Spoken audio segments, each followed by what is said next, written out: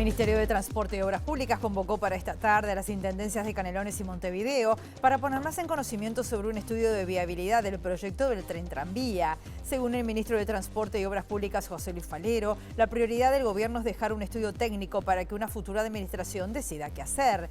Los vecinos y vecinas de la zona rural metropolitana se movilizan en cuidado de los derechos ambientales y la preservación del hábitat. Están denunciando que hay proyectos del Ministerio de Transporte y la planta de Arasatí que están poniendo en riesgo los humedales.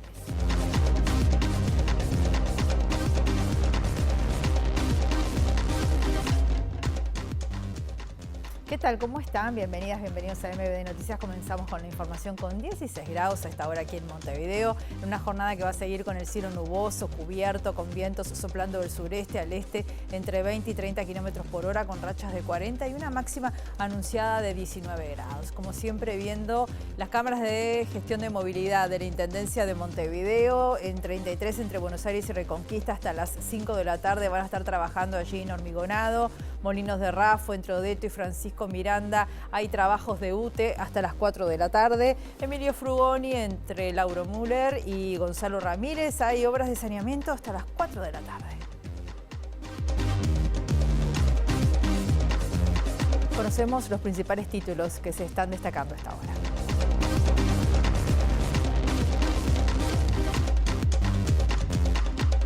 El precandidato del Frente Amplio, Mario Vergara, insistió con la necesidad de corregir el desalineamiento cambiario a través de la intervención directa del Banco Central. Criticó la pasividad del gobierno en el funcionamiento del mercado monetario. La Fiscalía investiga los grafitis realizados en varios edificios del centro, en algunos casos en el interior de los balcones de las propiedades. La Defensoría de Vecinos y Vecinas de Montevideo tiene que seguir desarrollándose y creciendo desde la independencia y la autonomía, según Daniel Arbulo, que será su nuevo titular. Peñarol no perdonó y goleó 5-0 a Caracas de Venezuela anoche en el campeón del siglo. Con este resultado, Peñarol quedó segundo en su grupo detrás de Mineiro. Esta noche, Nacional visita a River Plate en el Monumental y Liverpool recibe a Palmeira, todo a las 21 horas. El Congreso brasileño respaldó la reclusión del diputado Chiquinho Brazzao, acusado de ordenar el crimen de la concejala y activista de derechos humanos Marielle Franco.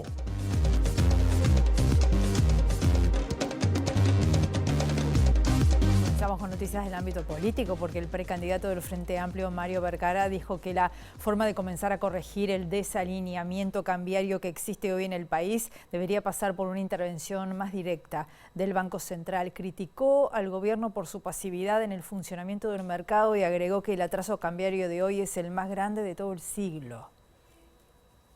En los gobiernos del Frente Amplio, incluso en momentos donde había una verdadera inundación de dólares en el país por la vía financiera, porque fue la crisis financiera internacional del 2008-2009 que multiplicó por 4 la cantidad de dólares en el mundo, en un contexto en donde las tasas de interés en el mundo eran 0, ahí sí había una inundación de dólares y más allá de que podía haber márgenes de atraso cambiario, se veía a un Banco Central actuando, interviniendo en el mercado.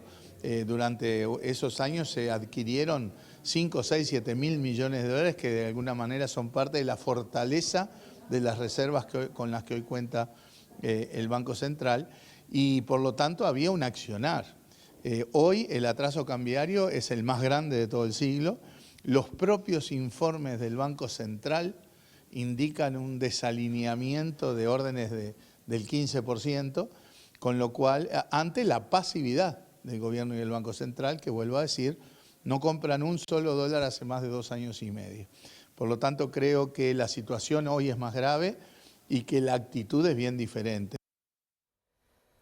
Y el presidente de la Unión de Exportadores, Facundo Márquez, dijo que el gobierno de la calle Pou hizo muchos esfuerzos en busca de una mayor apertura internacional, pero reconoció que siguen teniendo dificultades por el tipo de cambio y no logran mejorar la competitividad con otros países. Los exportadores mantienen reuniones con los precandidatos presidenciales buscando intercambiar en esos espacios propuestas y transmitirles su preocupación por la situación de atraso cambiario. Esta mañana se reunieron con Mario Vergara y antes lo habían hecho con Álvaro Delgado.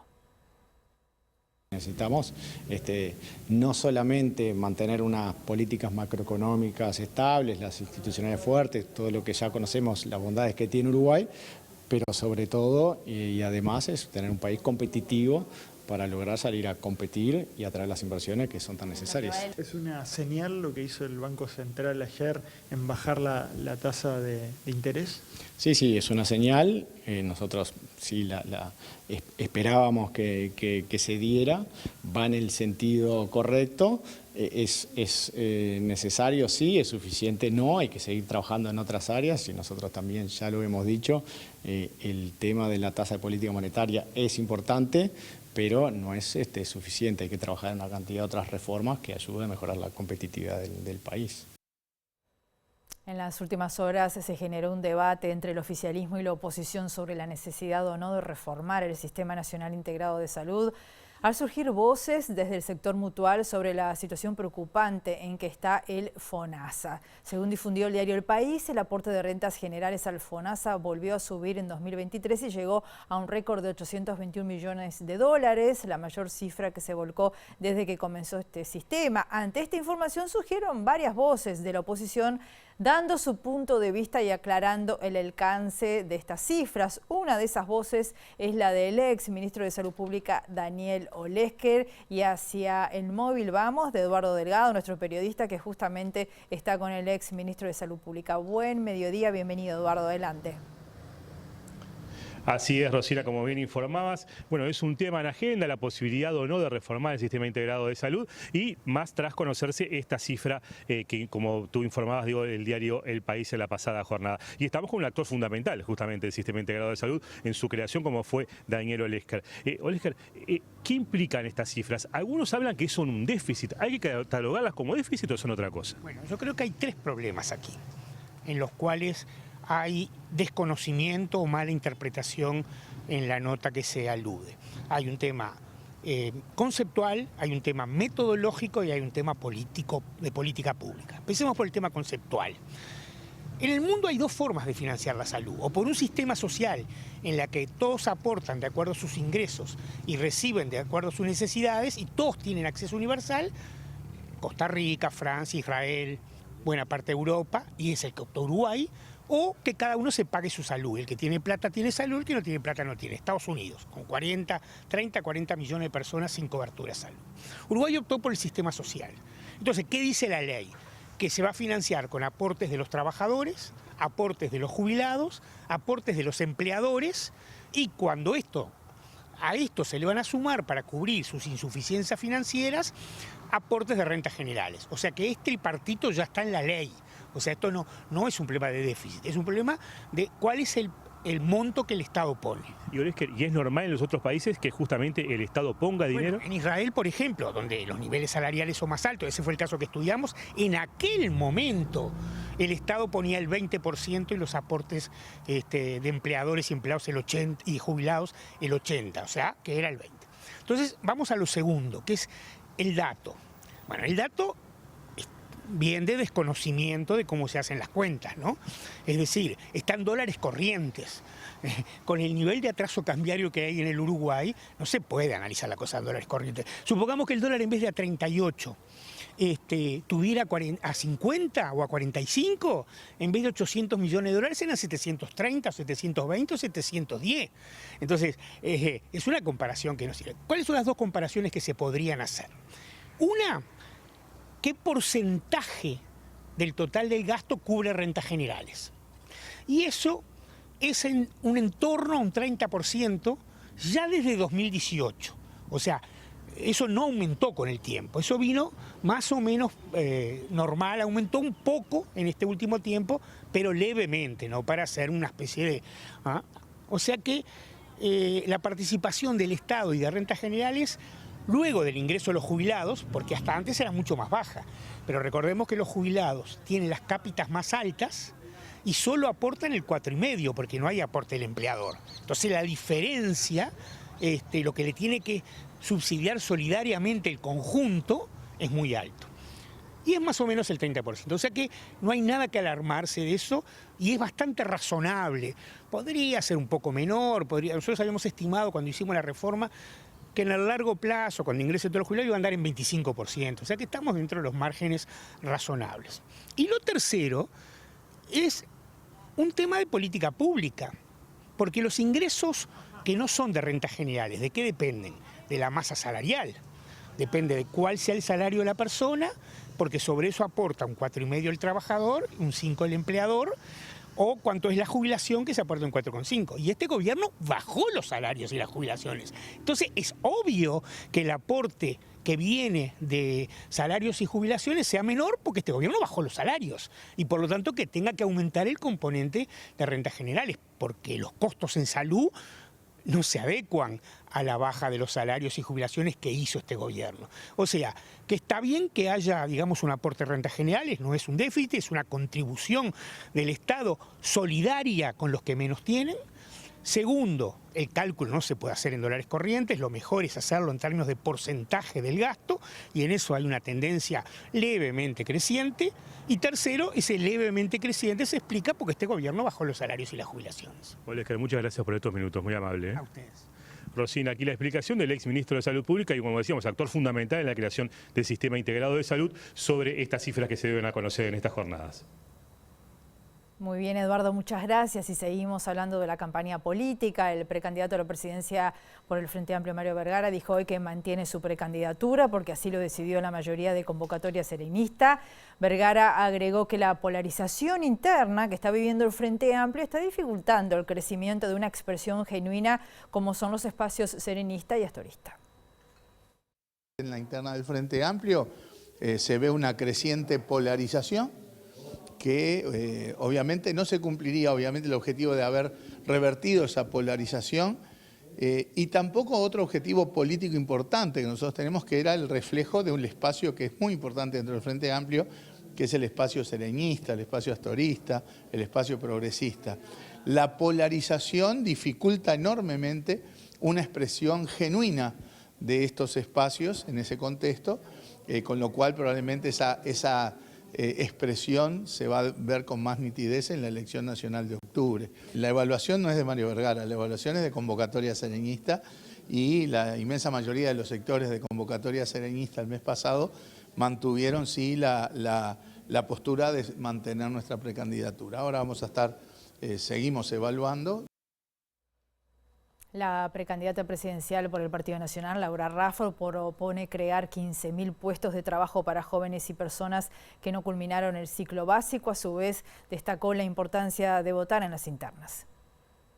Lo importante que es esta elección interna, porque es una elección primaria. Las personas empiezan ahora a decidir qué tipo de ciudadano quieren que ocupe la presidencia de la República. Es como una elección de clasificaciones, digamos. El 30 de junio son las primeras clasificatorias. Nosotros estamos buscando clasificar con mucha fuerza, con mucha energía, presentando un equipo nuevo, una nueva generación, que tiene propuestas que van a fondo, que son audaces. Es un compromiso en nuestras propuestas lograr una exoneración de aportes personales y patronales para los puestos de menos de 30.000 pesos, que es donde suelen insertarse los jóvenes y las personas que no han terminado el ciclo básico, para que se cierre esa diferencia de precio que hay entre contratar a una persona y lo que el empleado recibe de bolsillo, y vamos a garantizar esos 15.000 puestos de trabajo para los jóvenes y las personas que no han terminado el ciclo básico.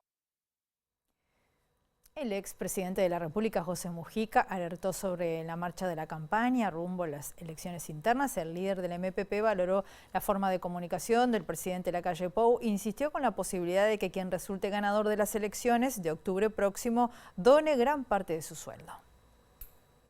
Creo que un gobierno tiene que jugar esa carta fuerte. Porque se precisa un gesto de solidaridad de los que pueden. Porque es una conveniencia nacional. Yo me refería al personal de confianza. Ajá. Vamos a no entreverar la cosa. A la barra que entra el gobierno, pero no porque eso resuelva el asunto.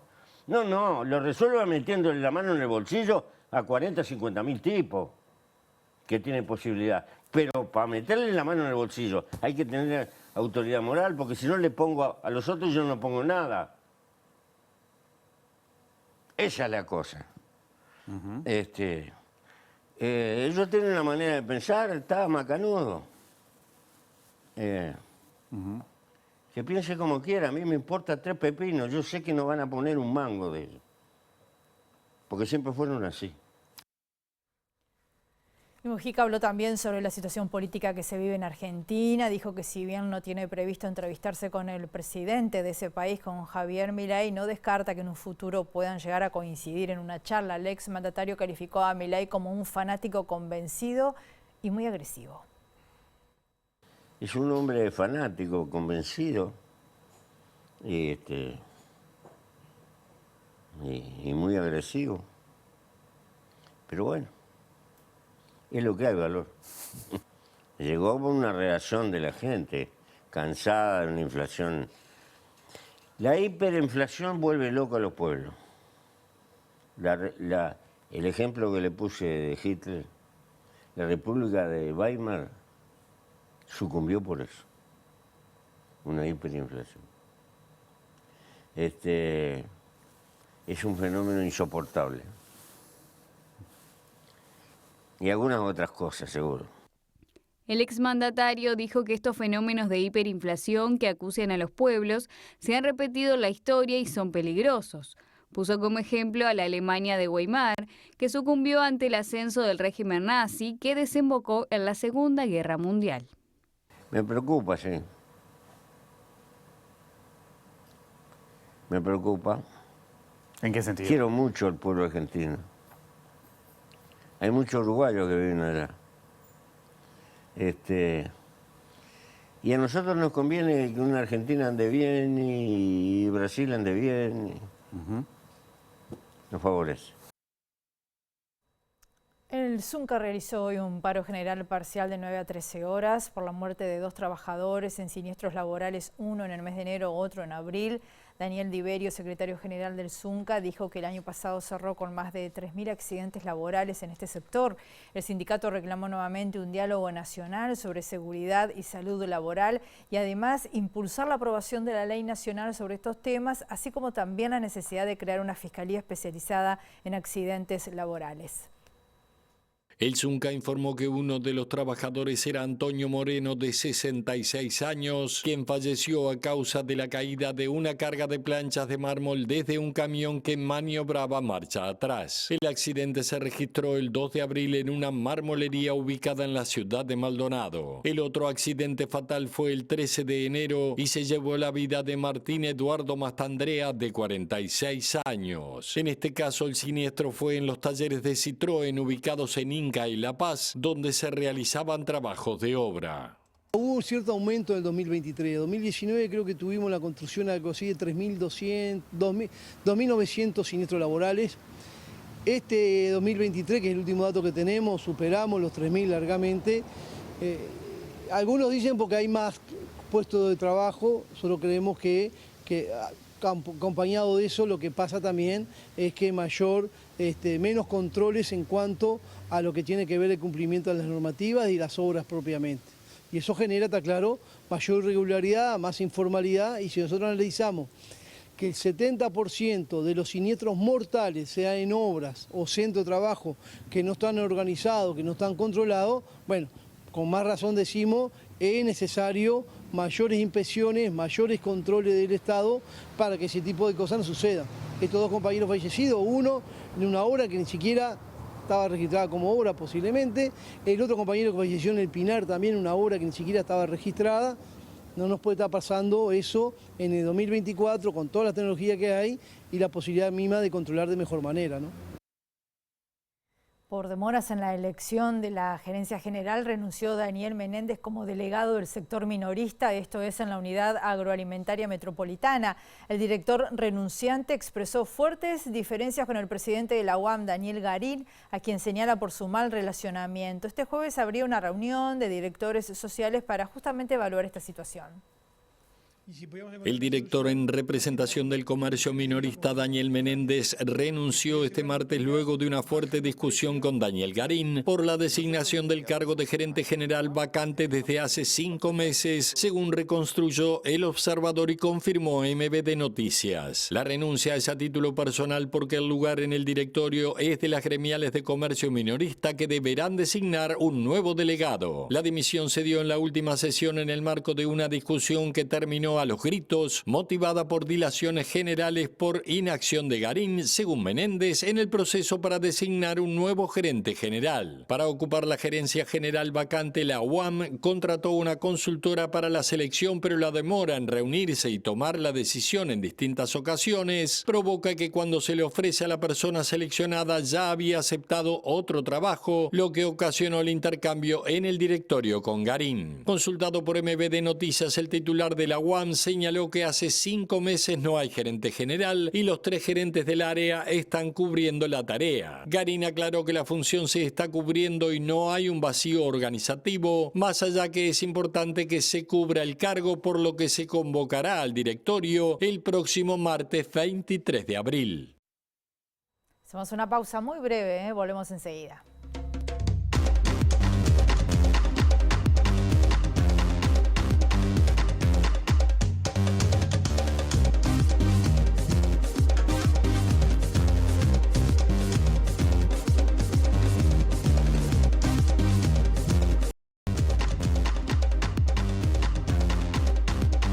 Presenta Jardín de las Mascotas, primer cementerio, parque y crematorio para mascotas de compañía. Conozca nuestros planes de afiliación y obtenga la tranquilidad de tener una cobertura digna para su mascota. Afilie sus mascotas a nuestros servicios de sepulturas o cremaciones. Brindamos atención y asesoría personalizada. Jardín de las Mascotas, líderes desde 1995, trabajando con los valores de respeto, atención y confianza. Bloque de MBD Noticias, continuamos con la información con 17 grados a esta hora. Les contamos que para Daniel Arbulo, la Defensoría de Vecinas y Vecinos de Montevideo tiene que seguir desarrollándose y creciendo desde la independencia y la autonomía. El sociólogo que va a asumir justamente la titularidad de este organismo en junio, tras el cese de mandato de Elena Launaga, señaló que las demandas individuales tienen un fuerte componente colectivo y de convivencia, por lo cual aspira a llegar a la población a través de los municipios.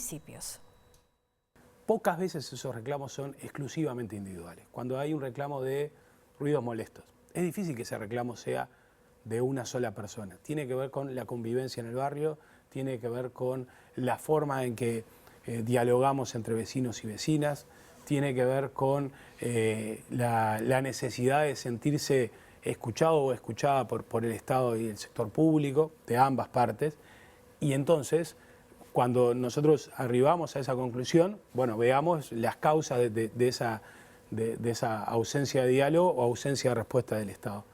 Los principales reclamos que llegan a la Defensoría se vinculan a ruidos molestos, residuos, personas en situación de calle, entre otros, y las denuncias se concentran en 3 municipios. Las demandas están en el B, en el C y en el CH.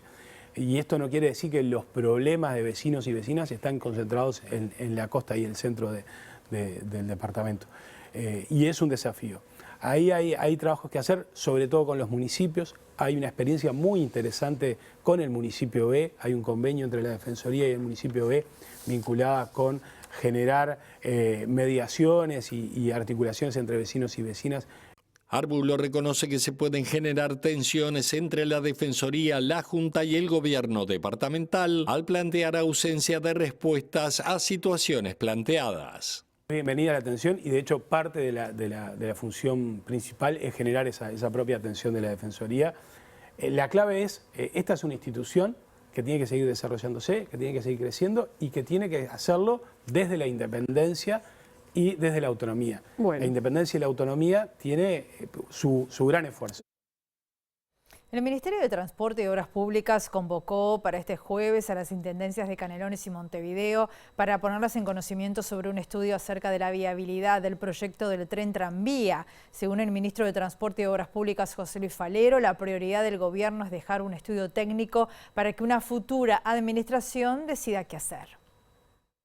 Ustedes recordarán que yo dije que ese tema, para que tener un trabajo serio, teníamos que bajarle el perfil político, por eso he tratado de no meterme, simplemente que avancen los técnicos. Nuestra tarea en este caso es dejar un proyecto analizado, terminado, evaluado, que obviamente vamos a incorporar ahora una consultoría del BID que nos hace de apoyo para trabajar en esta interacción entre los distintos organismos públicos y las empresas de transporte, que me parece también importante. O sea que todo eso ayuda a tener allí una alternativa de solución de algo que se viene hablando hace más de 20 años, pero por lo menos tenerlo trabajado desde el punto de vista técnico. Creo que a cualquier autoridad que asuma el próximo año le va a facilitar, le quitas un montón de tiempo con un trabajo hecho. Después puede siempre surgir modificaciones, pero una base más estudiada y más en profundidad, ¿verdad? Ahora es momento de recibir a nuestra periodista Juliana Perdomo. Juliana, bienvenida, buen mediodía, adelante. Gracias, Rosina. Buen mediodía para todos. Nosotros nos encontramos en la zona de Melilla porque los vecinos vuelven a manifestar su preocupación y rechazo a la extensión de la ruta 102 y también al proyecto Arasatí, que va a comenzar a ponerse en marcha a mediados de este año y que ambos estarían afectando directamente al área protegida de los humedales del Santa Lucía. Y para ampliar esta información estamos con el vocero de la Intersocial Montevideo Este, Jean-Baptiste Gavassi. Gracias por estos minutos. Jean-Baptiste, ¿cuál es la situación actual? ¿Han podido evolucionar el diálogo con el gobierno? Bueno, muchas gracias por darme la posibilidad de decir nuestro punto de vista. En primera, por la cuestión de la ruta se canceló por razones de costo. Es la única razón, no fue en verdad porque afectaba el medio ambiente y afectaba el humedal. Entonces, porque el precio es muy alto, se canceló y supuestamente están reexaminando, pero no ha pasado nada en el último año. Así que eso está como en pausa. Pero al mismo tiempo nos está llegando otro, que digamos, ataque al humedal, que es el proyecto Arasatí-Neptuno. Quiere decir que para traer el agua hay que pasar por el humedal, hay que pasar por el sector, por el río Santa Lucía, y no sabemos en verdad cómo va a afectar, porque no existen todavía planos, o sabemos que puede ser un caño entre 1 metro y 2 metros de diámetro, y que el agua tiene que pasar por ahí viniendo de hace 70 kilómetros para alimentar el sistema de la ciudad de Montevideo. Entonces, el medio ambiente organizó una reunión para el 18 de abril, donde va a pedirnos a nosotros, porque tienen que hacer esas consultaciones, pero en este momento es sin ningún plano presentado, es sin saber dónde va a pasar y de qué manera, abajo del río, por arriba del río, o cómo va a afectar el humedal. De nuevo, la sociedad civil no está consultada. Se lanzó este proyecto sin hacer las consultas y ver qué impacto tiene además sobre la gente. Este proyecto, además de nosotros, que en Montevideo acá nos afecta, tiene un gran efecto sobre Arasatí, que la playa, el impacto social en esa zona, y todo eso para que nosotros todavía no entendemos porque no nos han explicado, ¿no? Un proyecto que estamos diciendo que va a costar casi 950 millones de dólares, que vamos a tener que pagar todos los uruguayos en los 20 próximos años, y que en verdad, justamente esta semana nos encontramos con unos pescadores que están pescando y que pescan la corvina en el Río de la Plata, y que nos dicen que el agua salada se está cada vez moviendo más cerca hacia Colonia. Lo que quiere decir que este proyecto tiene un gran riesgo de ser un elefante blanco, porque se va a construir y capaz que de acá a 20 años vamos a tener solo agua salada y no va a poder servir. Sirve solo si hay agua dulce. Entonces, todo eso es lo que nos falta examinar y tomar conciencia antes de hacerlo. Y ya lo quieren lanzar. En verdad, es una iniciativa privada, de nuevo, como la ruta, como la autopista. Son todas iniciativas privadas de proyectos que no se ha consultado la gente. Y nosotros estamos esperando eso, que en verdad nos vengan a encontrar. Nosotros somos parte de esta sociedad y vivimos en esta zona. Y en verdad no tenemos ninguna consulta. Entonces, lo que puede afectar el humedal, no lo sabemos el impacto, porque los especialistas nos están diciendo, no se puede pasar por el humedal, no se podía pasar una ruta, y un caño no sabemos qué dimensión por dónde va a pasar. Así que estamos en la espera de eso. Entonces, nosotros que a cada proyecto que se está haciendo, la autopista, el mismo problema, si va a pasar por un humedal, de nuevo. Y por suerte, digo, de lo que vi del anuncio del ministro, es que porque justamente los problemas de medio ambiente que ocasionaría todo eso, que pararon el proyecto. En nuestro caso, la Ruta 102, todavía no nos han dicho, no lo hacemos porque el impacto sobre el humedal era real y no se puede hacer eso. Acorde a lo que pase en esta reunión del próximo 18, ¿pueden evaluar recorrer mecanismos legales? Los mecanismos legales, las asociaciones los están tomando. Son más las asociaciones cerca de Arasatí, y que están desde el principio de este proyecto. Nosotros estamos llegando más al fin y llegamos en la última parte. El impacto, mismo siendo tan grande, porque impacta el humedal y el sector productivo de Montevideo, que es esta zona, porque cada vez que hacemos proyectos de construcciones, estamos reduciendo la zona productiva de Montevideo, que no es tan grande, pero que es importante. Y nosotros, al punto de vista legal, nosotros no estamos en esa parte legal. Y esta consultación que está haciendo el medio ambiente es obligatoria por la ley, por todo proyecto. Pero en verdad se está presentando en un momento donde no sabemos del proyecto. Y tendríamos que saber del proyecto para poder comentar. Porque no nos oponemos por nos oponemos porque decimos nada más, el humedal no se puede tocar. Y es lo que decimos.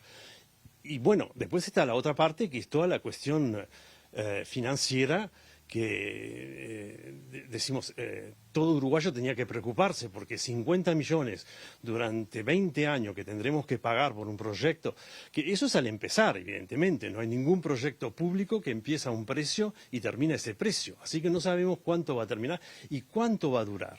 Por ejemplo, en este proyecto decidieron de hacer una piscina que puede recibir 20 días de agua para Montevideo. Si Montevideo faltaría de agua, podría acumular 20 días. Pero nos olvidamos que en Montevideo los caños están agujereados y 50%, esto es SOCE que lo dice, 50% del agua que mandamos en los caños se pierde. Entonces, ¿qué estamos haciendo? Si tenemos 20 días, no son 20 días, son 10 días, porque 10 días se van a perder en los caños. Y el costo que está costando por el metro cúbico de agua no es el real, porque sabemos que la mitad se pierde. Entonces, todos esos análisis, los expertos los han presentado, la gente del UDELAR, pero no nos están escuchando. Y eso es, de nuevo, la Intersocial se asocia a los que están contra el proyecto Neptuno, a los otros proyectos, porque decimos, antes de hacer un proyecto hay que hacer el análisis y hay que discutirlo con la sociedad civil. Giambattista, te agradecemos. Nosotros vamos a seguir trabajando en este tema, Rosina, porque vamos a estar expectantes de lo que pase en esta consultoría del próximo 18, así que los vamos a mantener informados. Muchas gracias, Juliana. Otros temas. La Suprema Corte de Justicia confirmó una condena por abuso y explotación sexual de menores de edad al exdirector de un grupo de parodistas de Carnaval de Las Promesas. Va a cumplir 4 años y 6 meses de penitenciaría. El caso surgió cuando algunas de las víctimas relataron los casos de abuso a la cuenta de Instagram Varones Carnaval. Esta cuenta hizo públicas denuncias en agosto de 2020. Sebastián Delía, exdirector del conjunto de parodistas clowns del Carnaval de las Promesas, fue condenado en primera instancia en agosto de 2022 por reiterados delitos de atentado violento al pudor, 2 delitos de abuso sexual específicamente agravado, un delito de promesa de remuneración a un menor de edad a cambio de realizar actos de índole sexual, todos en reiteración real. En marzo de 2023 la condena fue ratificada por el Tribunal de Apelaciones, que afirmaba que hay suficientes pruebas de diversos actos de abuso sexual a distintas víctimas. Luego la defensa decidió presentar un recurso de casación ante la Suprema Corte de Justicia, que ahora confirmó la condena. La fiscal de flagrancia, Andrea Naup, trabaja en identificar a las personas responsables de grafitear fachadas y balcones de edificios en el centro y en el cordón. Se le solicitó a la policía el relevamiento de testimonios y de imágenes captadas por cámaras públicas y privadas. Esta semana algunos edificios aparecieron pintados con una forma de grafiti llamada tagueo. El pasado sábado, un edificio ubicado en la esquina de Mercedes y Vázquez fue pintado en 5 de sus 6 pisos. El administrador del edificio, Mario Turcio, dijo a Subrayado que los propietarios se levantaron el pasado 6 de abril y se encontraron con las pinturas. El hecho generó miedo en relación a la seguridad, ya que las personas pudieron acceder a los edificios. Los vecinos hicieron la denuncia policial y solicitaron se cambie de lugar la parada de ómnibus por la que escalaron para subir al edificio. La madrugada del martes, en un edificio ubicado en Rodó y Roxlo, una persona escaló 9 pisos de un edificio y escribió en cada uno de ellos, mientras otras 2 personas filmaban y tomaban fotos. En el edificio de ladrillos se puede ver estampada la palabra Brasil, SP y 24 en color blanco. También se pintó parte de un edificio de 3 pisos ubicado en Mercedes y Tristán Narvaja. El tagueo también se ve en rejas, edificios públicos y monumentos. La alcaldesa del municipio B, Silvana Pisano, dijo que van a convocar a una mesa multiactoral de trabajo y diálogo para buscar soluciones ante el aumento exponencial de tags y vandalismo de edificios. Personas vinculadas al arte visual y urbano opinaron sobre el tagueo, la nueva modalidad de grafiti que ha tomado los muros y espacios públicos. Digamos que en relación a su control advierten que ninguna de las acciones que se han venido tomando, medidas que se han tomado en su contra, como la aplicación de la ley de faltas, ha funcionado. El tagueo, familiarizado con el graffiti, es un fenómeno que ha crecido notoriamente en los últimos años y del que las fachadas de los edificios en Montevideo son una prueba visible. En la sociedad civil se han generado reacciones contrarias que abren el debate acerca de sus límites. El tema del tagueo se ha ido un poco de las manos, ¿no? Se ha transformado en una especie de vandalismo. Yo entiendo que es una forma de arte urbano. Igual acá estaría bueno también diferenciar entre lo que es el muralismo y el graffiti del tagueo. El tagueo es la firma indiscriminada de personas en todas las superficies posibles del espacio público. Y la verdad que a mi entender crea un ambiente bastante poco amigable. Pepi Goncalves relató una experiencia en la que participó y considera exitosa como posible solución a este conflicto. Un proyecto que se llamó Distrito de Arte Urbano de Punta del Este con la comunidad del TAG. Fue una apertura a una conversación, a un diálogo, donde hubo un montón de expectativas y de intenciones que pudieron intercambiarse y también hubo un montón de espacio que se pudo disponer para esta forma del arte. Y Carolina Cose dijo que no es fácil controlar los grafitis en la ciudad, considera que la represión no es el camino. Hay una forma de, digamos, dominarlo que tiene que ver con acciones fuertemente represivas. No creo que sea la solución. Porque una cosa es tener una expresión artística sobre un muro y otra cosa es tener una suerte de carrera tribal por ocupar espacios. Yo creo que también es una muestra de un tema general de la sociedad de convivencia, ¿verdad? Tenemos que convivir entre los seres humanos y tenemos que convivir con la ciudad. Es un tema profundo, no tengo la solución, pero es un tema que hay que seguir pensándolo y abriendo espacios de convivencia, no resignar espacios públicos, no naturalizar que hay lugares donde no se puede estar. Me preocupa, por ejemplo, yo que no sé nada de fútbol, me preocupa que estemos naturalizando la falta de convivencia en el fútbol. Me preocupa que demos ya por natural que los visitantes no pueden ir a los partidos.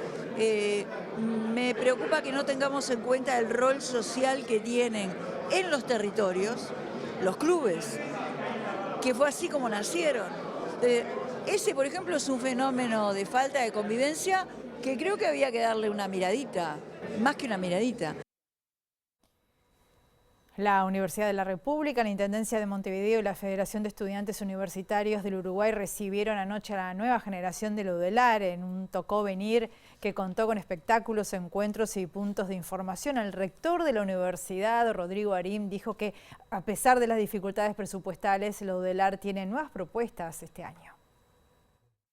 Expresar nuestra alegría de tener 20.000 estudiantes nuevos en la Universidad de la República, de los cuales cerca de 17.000 están en Montevideo. Y le estamos dando la bienvenida a través de este mecanismo que implica reconocer a la universidad no solamente como un ámbito de formación, sino como un espacio de encuentro entre ellos y también con el resto de la comunidad universitaria. La Universidad de la República, pese a las dificultades que hemos atravesado desde el punto de vista presupuestal, este año tenemos nuevas propuestas, por ejemplo la carrera de biotecnología, que es la primera vez que la estamos instrumentando en Montevideo y en el interior del país, con una demanda muy importante. Por suerte, están ingresando a la Universidad de la República cada vez más estudiantes provenientes de contextos distintos. Contextos que quiere decir familiares, sin, por ejemplo, adultos que tengan una referencia de la educación superior previa, pero también contextos sociales diferentes. Eso, por un lado, es una enorme alegría, pero también un enorme desafío porque requiere apoyos distintos que habrá que construir y esperemos que también el presupuesto quinquenal 2025, cuando se discuta, lo tengan en cuenta. La Universidad de la República tiene muchos instrumentos, por ejemplo, becas de transporte, becas que tienen que ver con alojamiento, con vivienda, becas para la alimentación, ¿sí? Que estamos aportando esos elementos, acompañamiento de pares, estudiantes más avanzados que están disponibles para acompañar en la primera experiencia como estudiantes a aquellos que están ingresando entre marzo y abril de este año. Seguiremos profundizando estas herramientas, pero la vocación de la Universidad de la República es que el Uruguay necesita mucho más estudiantes, que es un derecho el acceso a la educación superior y que tenemos que concretarlo a partir de las políticas públicas. Hacemos la última pausa, volvemos enseguida. Jardín de las Mascotas, primer cementerio, parque y crematorio para mascotas de compañía. Conozca nuestros planes de afiliación y obtenga la tranquilidad de tener una cobertura digna para su mascota. Afilie sus mascotas a nuestros servicios de sepulturas o cremaciones. Brindamos atención y asesoría personalizada. Jardín de las Mascotas, líderes desde 1995, trabajando con los valores de respeto, atención y confianza.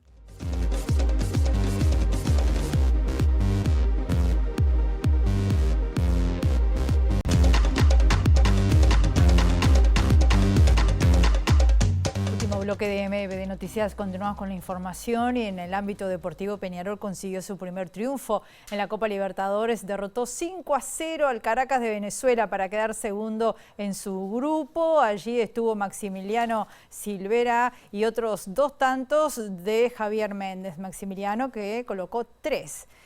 También los aurinegros, de esta forma pudieron aumentar las diferencias. A los 73 minutos fue expulsado el jugador venezolano Luis Cassiani. Con este resultado Peñarol quedó segundo en el grupo detrás del Atlético Mineiro que venció 2-1 a Rosario Central. Estamos viendo allí los goles. Faltaron algunos goles, ¿no? Bueno, no importa, fueron 5. Esta noche Nacional visita a River Plate en el Monumental y Liverpool recibe a Palmeira en el Estadio Centenario. Va a ser todo a las 9 de la noche. Y este sábado, desde las 12, se va a realizar una jornada de encuentro entre los barrios Sur y Palermo, con feria, espectáculos gratuitos para todo el público. Las actividades forman parte, son producto del proceso de trabajo conjunto con vecinas, vecinos y organizaciones de la sociedad civil de los 2 barrios para lograr que todos los meses haya jornadas de integración, intercambio y disfrute de la comunidad. Que los barrios, sean una gran peatonal y que todos podamos disfrutar también de los emprendimientos de cada barrio, de cada casa cultural. Lo que es importante para nosotros de esto es poder resaltar la cultura afro sobre todo, y los artistas también, porque vienen artistas a brindar sus shows y nos dejan unos shows tremendos de los cuales disfrutamos, y las comparsas. Las comparsas es algo que también es la cultura de este barrio, el patrimonio del Uruguay. Las actividades comienzan al mediodía del sábado con un brunch. En 12 puntos en los 2 barrios habrá promotores que darán información sobre los lugares y su historia, una feria de emprendedores, conciertos de Ángela Alves y Alejandro Luzardo, Quinteto Candombero y otras expresiones culturales. La importancia de los emprendimientos es que mueve mueve la economía local. y también hace como una red solidaria entre los emprendedores. Acá se encontrarán todo lo que es artesanía autóctona de Uruguay y también de los extranjeros que están acá, que contribuye para el enriquecimiento de esas artesanías, las artes y todo lo demás. Nos convoca nuestro periodista Eduardo Delgado desde el Ministerio de Salud Pública, una actividad muy importante que tiene que ver con suicidio, con autolesiones. Eduardo, adelante. Así es, Rosina, la salud mental en la agenda del Ministerio de Salud Pública, en el lanzamiento del curso Prevención de autolesión y el suicidio, empoderamiento de los profesionales del primer nivel de atención, donde se darán las cifras preliminares de suicidios en Uruguay en 2023. Los dejo con las palabras de la ministra de Salud, Karina Rando. Que deben de estar atentas a las personas que los rodean para identificar señales de riesgo en quienes los rodean y poder derivarlos oportunamente a un profesional. Por otro lado, a los profesionales de primer nivel de atención para que identifiquen a sus pacientes y decidan si los van a tratar o si realmente necesitan una atención más especializada. Y por supuesto, también va a haber capacitación para todo el resto de personal de salud que esté tratando a estos pacientes, ¿no? A los pacientes. En la primera etapa se va a hacer una pequeña explicación de este curso. El curso que se presenta hoy es un plan de capacitación que lo hacemos con la cooperación de la Organización Panamericana de la Salud, que nos ha ayudado en muchas oportunidades con este tema, y agradecemos específicamente a la organización. Gracias, Hernán, por apoyarnos en esto. Y bueno, y es un pilar más de lo que es y lo que ha sido el programa de salud mental de este ministerio. Recordamos además que hay otras acciones que se están llevando a cabo y que se van a llevar. Una de ellas es el desarrollo del Sistema Nacional de Información de Intentos de Autoeliminación, que no me voy a explayar porque seguramente el señor subsecretario nos vaya a explicar un poquito más acerca de él. ¿Por qué lo nombramos siempre? Porque realmente es de gran interés. Este programa es un antes y un después en lo que es el seguimiento de las conductas de intentos de autoeliminación y suicidas de nuestra población. Nos ha permitido conocer datos epidemiológicos, demográficos y sobre todo hacer un seguimiento de estos pacientes. Era un debe y bueno, se cumplió satisfactoriamente. José Luis ahora tal vez nos haga un poquitito más algún recuento de lo que ha sucedido con esto y sobre todo de los indicadores que se incluyeron en las metas asistenciales en relación a este tema. Bien, y bueno, estamos viendo allí a la ministra de Salud Pública, Karina Rando, en la presentación de este curso sobre prevención de suicidio y autolesiones, un tema más que relevante con lo que significa la salud mental en nuestro país, los desafíos para atender estas problemáticas. Vamos a estar ampliando obviamente sobre las 19 horas en la edición central. Mañana a las 19 horas en el Salón Dorado de la Intendencia de Montevideo se va a presentar el libro Candombe, Arte Universal, una antología que fue realizada por un académico estadounidense, Thomas Wayne Edison, que contiene material de 25 artistas uruguayos inspirados por el candombe y que va a ser publicado también en otros países.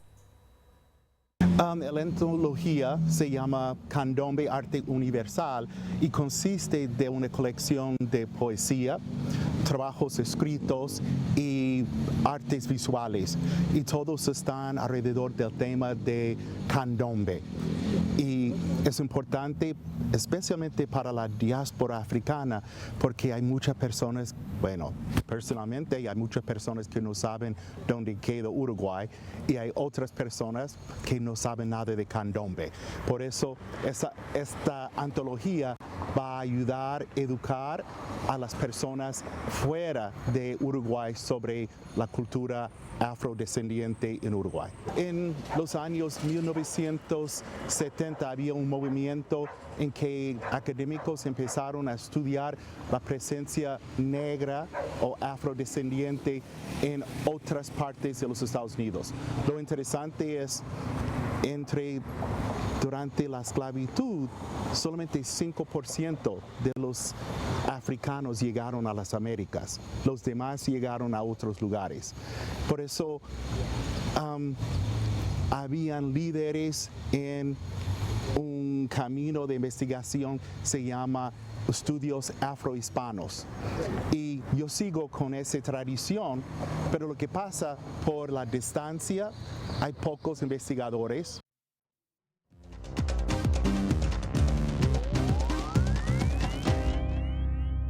El Congreso brasileño respaldó la reclusión del diputado Chiquinho Brassau, acusado de ordenar hace 6 años el crimen de la concejala y activista de derechos humanos Marielle Franco.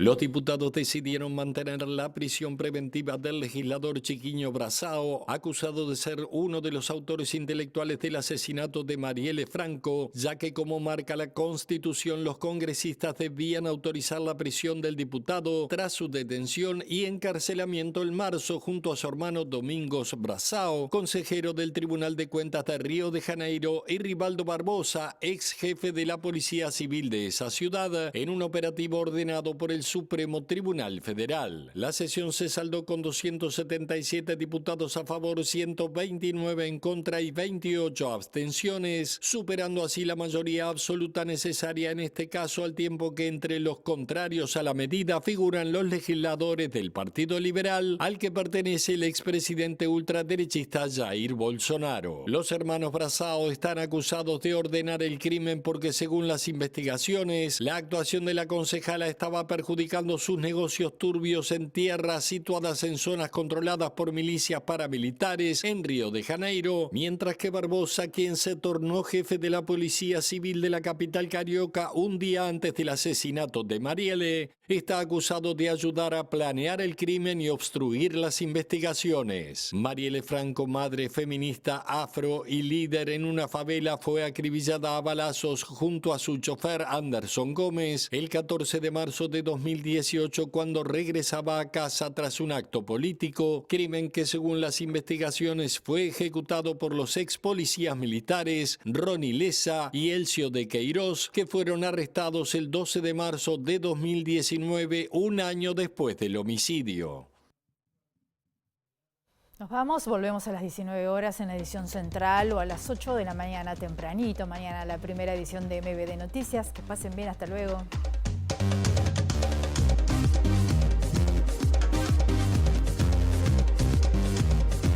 El precandidato del Frente Amplio, Mario Vergara, insistió con la necesidad de corregir el desalineamiento cambiario a través de la intervención directa del Banco Central. Criticó la pasividad del gobierno en el funcionamiento del mercado monetario. La Fiscalía investiga los grafitis realizados en varios edificios del centro, en algunos casos en el interior de los balcones de las propiedades. La Defensoría de Vecinos y Vecinas de Montevideo tiene que seguir desarrollándose y creciendo desde la independencia y la autonomía, según Daniel Arbulo, que será su nuevo titular.